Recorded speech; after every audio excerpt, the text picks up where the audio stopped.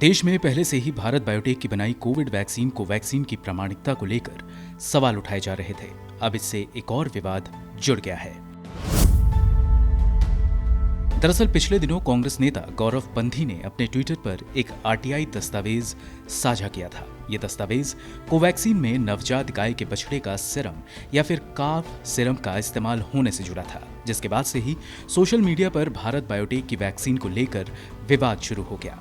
यहाँ तक कि एनिमल राइट्स संस्था पेटा ने भी भारतीय ड्रग कंट्रोलर को पत्र लिखकर अपील की कि उसे वैक्सीन बनाने का तरीका बदलना चाहिए और टीके के उत्पादन में किसी जानवर का इस्तेमाल नहीं होना चाहिए। कोवैक्सीन को लेकर विवाद इतना बढ़ गया कि खुद स्वास्थ्य मंत्रालय और वैक्सीन निर्माता कंपनी को इस पर सफाई पेश करनी पड़ी। केंद्रीय मंत्रालय के जारी बयान में ये दावा किया गया कि कोवैक्सीन की निर्माण प्रक्रिया में गाय के नवजात बछड़े के सीरम का इस्तेमाल नहीं होता है। बयान में सरकार ने किसी भी जानवर के सीरम का वैक्सीन निर्माण में इस्तेमाल से इनकार किया है। मंत्रालय ने कहा कि इन सीरम का इस्तेमाल वैक्सीन बनाने के दौरान संक्रमण पैदा करने वाले बैक्टीरिया या दूसरे रोगजनकों को बढ़ाने या विकसित करने के लिए किया जाता है। हालांकि काफ सीरम खुद वैक्सीन निर्माण का इंग्रेडिएंट या घटक नहीं होता। कोवैक्सीन का निर्माण करने वाली हैदराबाद की भारत बायोटेक ने भी एक बयान जारी कर टीका बनाने में प्रयोग होने वाले अलग अलग केमिकल की जानकारी देते हुए दावा किया कि वैक्सीन में गाय के बछड़े के सीरम का इस्तेमाल नहीं होता है। कंपनी की ओर से बुधवार को जारी बयान में कहा गया कि कोरोना वैक्सीन के निर्माण की अंतिम प्रक्रिया में किसी तरह की कोई विशुद्धि नहीं होती है। बयान में कहा गया, वायरल टीकों के निर्माण में नवजात बछड़े के सीरम का उपयोग किया जाता है।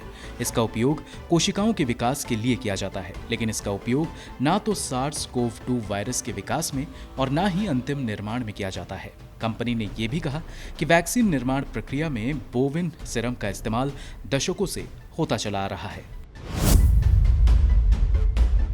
ऐतिहासिक तौर पर घोड़े के सीरम का इस्तेमाल पिछले शतक से डिप्थेरिया की वैक्सीन बनाने में हो रहा है। भारत बायोटेक की बनाई वैक्सीन की तरह कई वैक्सीन में रोग प्रतिरोधक क्षमता को बढ़ाने के लिए उसी संक्रमण का प्रयोग होता है जिससे बचाने के लिए इसे बनाया जा रहा है। निर्माण प्रक्रिया में संक्रमण मर जाता है, लेकिन जिसे भी इससे टीकाकृत किया जाएगा उसे बीमारी से सुरक्षा मिलेगी।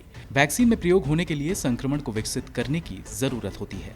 इन्हें विकसित होने के लिए वैज्ञानिकों को अनुकूल वातावरण पैदा करना होता है और इसके लिए तरह तरह के न्यूट्रिएंट्स का ग्रोथ मीडियम के रूप में प्रयोग होता है। ये न्यूट्रिएंट्स शुगर या सॉल्ट मॉलिक्यूल्स होते हैं जिन्हें गाय, घोड़े या फिर भेड़ के टिश्यूज से लिया जाता है। इसके बाद संक्रमण को कई तरह की शुद्धियों से गुजारा जाता है ताकि इन्हें वैक्सीन में प्रयोग किया जा सके और वैक्सीन के निर्माण की अंतिम प्रक्रिया आने तक संक्रमण में ग्रोथ मीडियम का कोई निशान नहीं बचता है। ब्यूरो रिपोर्ट, गो न्यूज़।